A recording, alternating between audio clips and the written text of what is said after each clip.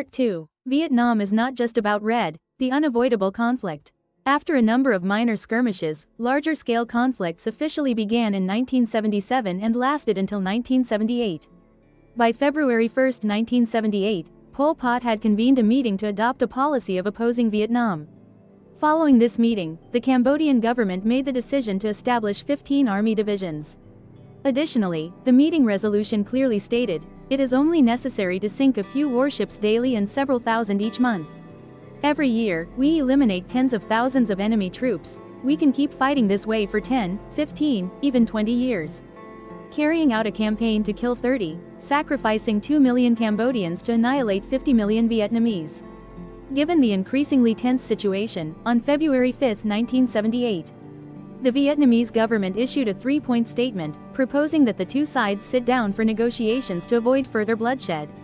The first point is that Vietnam demands Cambodia cease all military activities. Withdraw armed forces 5 kilometers away from the border. The second point is the signing of a peace and non-aggression treaty, along with a border treaty. And the third point is an agreement on a suitable mechanism to ensure compliance with practices and international supervision. It is evident that Vietnam consistently advocates for resolving all conflicts through peaceful means. Through diplomatic negotiations, the Khmer Rouge side rejected this proposal. Particularly at this moment, the Chinese side has declined to play a mediating role. The United Nations has no measures in place to respond to Vietnam's objections. Regarding the aggressive actions of the Khmer Rouge, from this point onward, Vietnam was compelled to resort to military measures to resolve the situation. From December 1977 until June 14, 1978, more than 300,000 Vietnamese civilians were forced to evacuate further inland. From May to November 1978, Vietnam assisted in building the force for 15 battalions belonging to the pro-Vietnamese Cambodian faction. 5 battalion frameworks, 24 task forces and party building teams. Along with that was the preparation to establish a new front and a new leadership apparatus after the overthrow of the Khmer Rouge regime. By December 13, 1978, having been amply supplied with weapons and backed by China, Khmer Rouge had mobilized 19 of their total 23 divisions. That means approximately 80,000 to 100,000 troops launched an invasion of Vietnam across the entire border front. In this operation, 3 divisions attacked Ben Zoe, which was located in what is now Chau Ton district, with the objective of occupying Tay Ninh town. 2 divisions advanced into the Hong Ngu area of Dong Thap province. 2 divisions advanced into the Seven Mountains area of An Giang province. A division attacked the hamlets of Tra Pha and Ta Tiong in Phu Mai commune, Giang Ton district, Kien Giang province. In the occupied territories, the Khmer Rouge regime committed countless barbaric crimes against the Vietnamese people. In that situation, the Vietnamese military courageously fought back and successfully blocked and hindered the enemy's advance. At the same time, it caused significant attrition among the Khmer Rouge's military forces. The enemy's advances have been halted and cannot move forward, except for Ha Thuyen, which was briefly occupied for a short period of time. No town in Vietnam was occupied. According to Vietnamese statistics, from June 1977 to December 1978, the Vietnamese military eliminated 38,563 and captured 5,800 Khmer Rouge soldiers. And then, the Hanoi government prepared for a large-scale offensive to completely abolish the Khmer Rouge regime. To prepare for the large-scale counter-offensive, the Vietnamese side mobilized forces from 3 military regions. This military region deployed 2 divisions to the battlefield, the 307th Division, the 309th Division, and the 198th Special Forces Brigade. They received the order to deploy from the Uyedap base in Ratanakiri province, a location that Military Region 5 had controlled and held since November 1978. Subsequently, the forces will coordinate combat operations and strike westward to eliminate the Khmer Rouge troops in Ratanakiri province, Stongchung province and the northwestern provinces of Cambodia, Laos, and Thailand. Military Region 7, commanded by Lieutenant General Le Duc An, consisted of forces including the 5th, 302nd, and 303rd Divisions and the 117th Special Forces Regiment. Subsequently, the force was reinforced with several units from the 3rd Corps, notably the 12th Armored Brigade. The main regiments of Tay Ninh, Long An, and Song Bay provinces, now the 2 provinces of Binh Duong and Binh Phuoc. The 262nd Artillery Regiment, the 26th Armored Regiment, and the 25th Engineer Regiment of Military Region 7.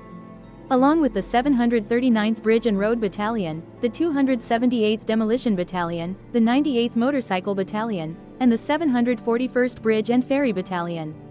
And 3 battalions belonging to the Kampuchean United Front for National Salvation, KUFNS, a pro-Vietnamese force. To encircle enemy forces in Military Region 5, troops from Military Region 7 will launch an attack from the northern direction of Tay Ninh Province.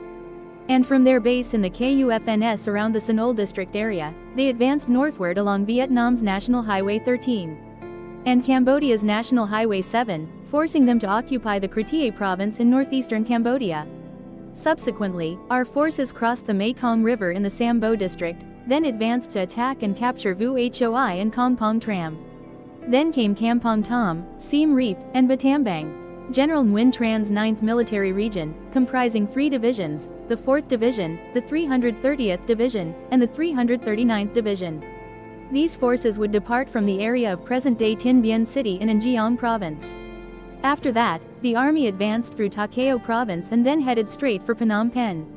Alongside the forces in the military regions, the Central Military Region Command is also urgently mobilizing 3 additional Army Corps. The 2nd Corps is commanded by Major General Nguyen Huyen, with Major General Lilin serving as its political commissar. This corps initially consisted of the 304th and 325th Divisions, and was later reinforced with the 8th Infantry Regiment. This force also advanced westward from Bien Province to reinforce Military Region 9. Subsequently, they coordinated a joint attack towards Udong, occupying the Campos area in Cambodia's southeastern coastal region. From An Giang, the Vietnamese army expanded the campaign, advancing in 2 directions. The first direction follows National Highway 2 northward, attacking the Phnom Penh area. The second force will advance along the western coastline, with the objective of seizing the port of Campos. The 304th Division was deployed as a reserve force, ready to reinforce the 4th Corps in the event that the attack on Phnom Penh encountered difficulties. The 3rd Corps, commanded by Major General Nguyen Kim Tuan, comprises the 10th, 31st, and 320th Divisions. Subsequently, the 302nd Division was also deployed to reinforce the troops. The 3rd Corps will undertake the mission to attack from the Tay Ninh direction, advancing through Kampong Cham Province. Today, it is Tebong Khmum Province, advancing to the Mekong River and attacking the Udong region from northern Cambodia. The 4th Corps, commanded by Major General Hoang Kam, consisted of the 7th, 9th, and 341st Divisions. Subsequently, they were reinforced by 2 additional divisions from Military Region 5, along with the 22nd Armored Brigade, the 24th Artillery Brigade, and the 25th Engineer Brigade. Along with 3 Khmer battalions of the KUFNS, the 4th Corps was ordered to attack Tay Ninh Province from the west and southwest directions. Subsequently, they recaptured positions along Provincial Route 13, then advanced along National Highway 1 through Svay Rieng Province. In order to capture the Tonle Sap Lake and advance toward Phnom Penh, our forces had to implement a strategy of attacking Na Luang. This campaign also involves amphibious assault forces, comprising Naval Brigade 126 and Marine Brigade 101. These 2 military units were tasked with landing in the southeastern coastal region of Cambodia to capture the military port of Ream and the port of Sihanoukville on the Kampong Som Peninsula. Alongside them are the 901st Air Division and the 372nd Air Division, both equipped with F-5 fighter jets, A-37 attack aircraft, UH-1 and Mi-24 helicopters, along with C-130 and C-119 transport planes, AC-47 along with a flight of MiG-21s from the 921st Regiment. This force also undertakes an extremely critical mission. That mission involved providing fire support for infantry, transporting supplies, and conducting airstrikes on enemy bases. Perhaps no one understands the Vietnamese Air Force better than the Americans themselves. According to many statistics, the total number of Vietnamese People's Army troops who participated in the war was approximately 250,000. Consisting of 18 infantry divisions, along with numerous regiments, pacification brigades, and local force units. In addition, the fighting force also included 20,000 troops from the South Vietnam People's Liberation Armed Forces, SVPLAF. To maximize combat effectiveness, Vietnam repurposed several American-made aircraft and armored vehicles. During the previous war, we captured numerous military assets such as M113 armored vehicles, A-37 aircraft, and UH-1 helicopters. Simultaneously, the Vietnamese military also mobilized several veterans from the former Saigon Army to participate in operating and maintaining this equipment, and also to mobilize the maximum number of volunteer youth from the southern provinces for the duties of transporting ammunition, evacuating the wounded, and supplying provisions.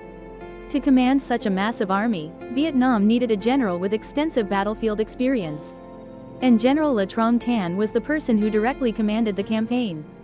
On the Cambodian side, the Khmer Rouge regime mobilized almost all of the forces and resources at their disposal. It includes 23 divisions with a troop strength of approximately 200,000 people.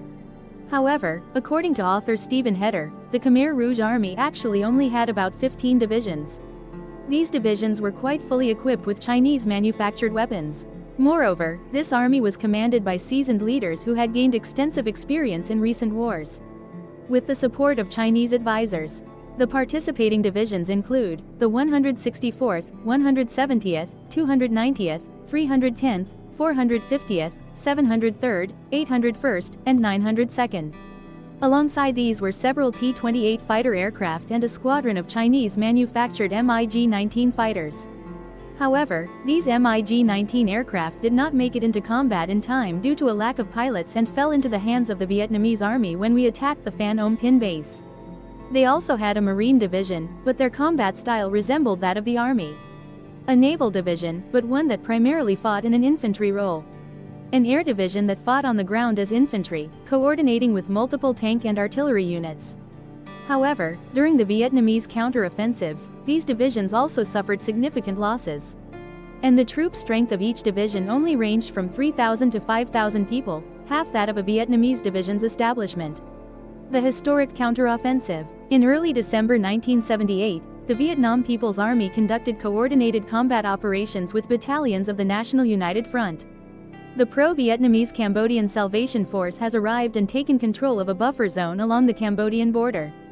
However, to proactively prevent this, the Vietnamese military decided to launch a preemptive attack into the country's territory.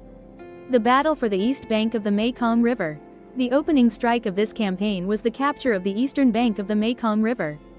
The attack involved units from Military Region 5, Military Region 7, Military Region 9, the 3rd Corps, and the 4th Corps. December 25, 1978 is considered the moment the offensive began. After crushing the resistance of the Khmer Rouge forces, the units of Military Region 5 quickly advanced along Highway 19. In this campaign, the 309th Division swiftly cleared Pol Pot's forces from Ratanakiri Province, northern Mondulkiri Province, and advancing into the northern territory of Stung Treng Province. The 307th Division advanced along Route 19, crossing the Sarapak and Mekong rivers on pontoon bridges. By January 3, 1979, the divisions of Military Region 5 had advanced along the Mekong River and taken control of Stung Treng town.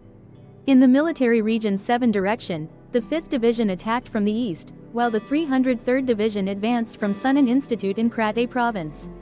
Nowadays, waste is being sold in the border area of Binh Phuoc Province. After that, it advances northwest, coordinates in combat, and strikes directly into Kratie. However, while advancing toward Kratie, our forces encountered resistance from the 260th Division and two local regiments of the 505th Dak Crew Division under the Khmer Rouge. This was a strategic area, so the Khmer Rouge had concentrated a large military force there, resulting in extremely fierce resistance. The evidence is that the divisions of Military Region 7 encountered fierce resistance from the Khmer Rouge forces. In this offensive, the 1st and 2nd Battalions of the 316th Regiment, 303rd Division were caught in a surprise enemy ambush, resulting in heavy casualties. Alongside that, after a month of marching, the 33rd Regiment had lost nearly half of its troops. At nightfall, the Khmer Rouge units attacked the 303rd Division, inflicting heavy casualties and capturing the division headquarters. However, unable to block the other divisions of the military region, the Khmer Rouge forces were forced to retreat. By December 29, the town of Kratie had fallen and was in the hands of the Vietnamese military. At the same time, the 302nd Division advanced westward and captured the old military base. After consolidating their forces, the 302nd and 303rd Divisions returned to attack and recapture the town of Cho Lo Uong in Kratie Province. Did the Khmer Rouge's 603rd Division defend, and by January 4 they had captured Chung Uong. On the offensive front of the 3rd Corps, on the morning of December 31st, with artillery support, Vietnamese tanks and infantry launched a simultaneous attack and swiftly shattered 5 Khmer Rouge divisions across the entire defensive line along the border in the province of Kampong Cham, which was the province of Tebong Kamam. By the end of the day, with the exception of the command post, all remaining strongholds had fallen. The Khmer Rouge forces were forced to retreat to the town of Kong Phung Tram on the west bank of the Mekong River, pursued and eliminated by the Vietnamese military. The Vietnamese Air Force also entered the battle with the objective of shattering the Khmer Rouge's defensive line, while using bombs and artillery to destroy an airfield in order to prevent enemy T-28 aircraft from operating. Bombing raids targeted the forward units of the Vietnamese army. On the morning of January 1, 1979, after assembling its forces, the 3rd Corps captured the Khmer Rouge command headquarters following an hour of intense combat.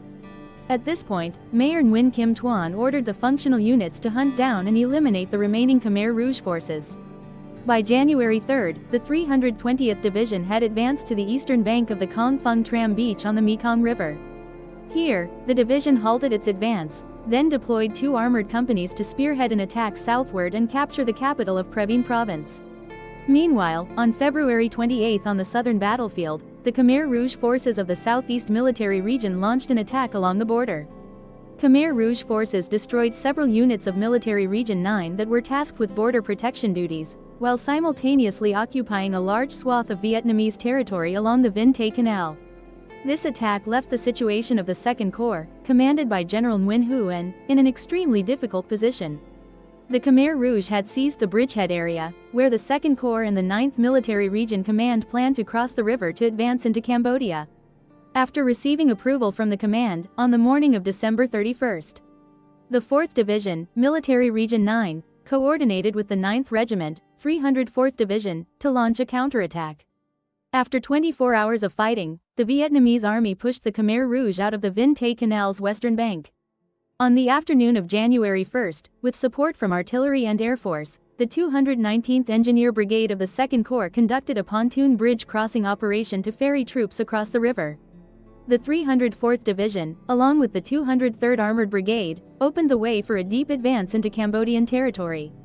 By noon on January 3, the 2nd Army Corps and the 9th Military Region had surrounded, annihilated, and completely routed the entire Khmer Rouge force in the lower Mekong River area along the border.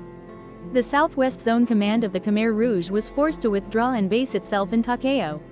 After 3 days of attacking in the main direction of Tay Ninh with air, artillery, and armored support, the 4th Corps quickly drove the Khmer Rouge forces out of their positions at Nam Can and Hoa Hoi along Provincial Highway 13. Subsequently, units of the Khmer Rouge's 703rd, 340th, and 221st Divisions were forced to retreat to Cambodia. Subsequently, they established a relatively strong new defense line in Svay Rieng Province, with the most concentrated focal point deployed at the Don So Bridge. At this point, the armored and artillery units had joined the battle, advancing with 15 tanks and armored vehicles to clear the way. Supported by 105mm and 155mm artillery fire, the 7th Division Infantry of the 4th Corps launched an attack on Don So. However, after 2 days of fierce fighting and suffering heavy losses, the 7th Division still could not break through this solid defensive line. On the night of January 1, upon realizing the Khmer Rouge forces had clearly weakened, General Hoang ordered the 7th Division to commit all its forces and charge straight into the battlefield. The Khmer Rouge forces resisted very tenaciously, but were ultimately forced to accept a conventional battle against an enemy with overwhelming firepower superiority. With overwhelming superiority in both numbers and combat experience, the enemy was swiftly crushed. The Svay Rieng defense line was breached and subsequently collapsed entirely on January 2, 1979. Afterwards, the remaining troops were forced to retreat to the cities of Praveng and Nach Luang. Only a few units remained behind to block and hold down the 4th Corps. By January 2, 1979, the Vietnamese military had crushed the main divisions of the Khmer Rouge army. They are blocking the entrances at checkpoints 1, 7, and 2 on the road routes into the capital, Phnom Penh. On the afternoon of January 3, the 7th Division took control of and secured the Don So Bridge. And on January 5, the 7th Division advanced into and took control of Nach Luang. Thus, in just 12 days, from December 25, 1978 to January 5, 1979, The entire northeastern Cambodian territory east of the Mekong River is considered to be under the control of the Vietnamese military. From this point, the forces had established a pincer movement and were preparing to attack Phnom Penh. Attack Phnom Penh. On January 6, units of the 4th Corps and 3rd Corps of the Vietnam People's Army, including 9 divisions, split into 2 pincers, advancing into the capital city of Phnom Penh. From the southeast, the road passes through Nach Luang, while from the north, it goes through the Kong Pong tram junction. In the south, the 7th Division and 2nd Division of the 4th Corps were commanded by General Hoang Cam, acting as the main assault force, advance along National Highway 1. The 9th Division and the 342nd Division, forward, were tasked with protecting the southern and northern flanks, to prevent the Pol Pot army from attacking the flanks. On January 6, 1979, the vanguard units of the 7th Division advanced with the support of a KUFNS battalion. The eastern bank of the Nam Luang ferry crossing has been secured. The Khmer Rouge forces, in their hasty retreat, did not have time to set up defensive fortifications. In the night, from the ferry terminal, head south for about 2 kilometers.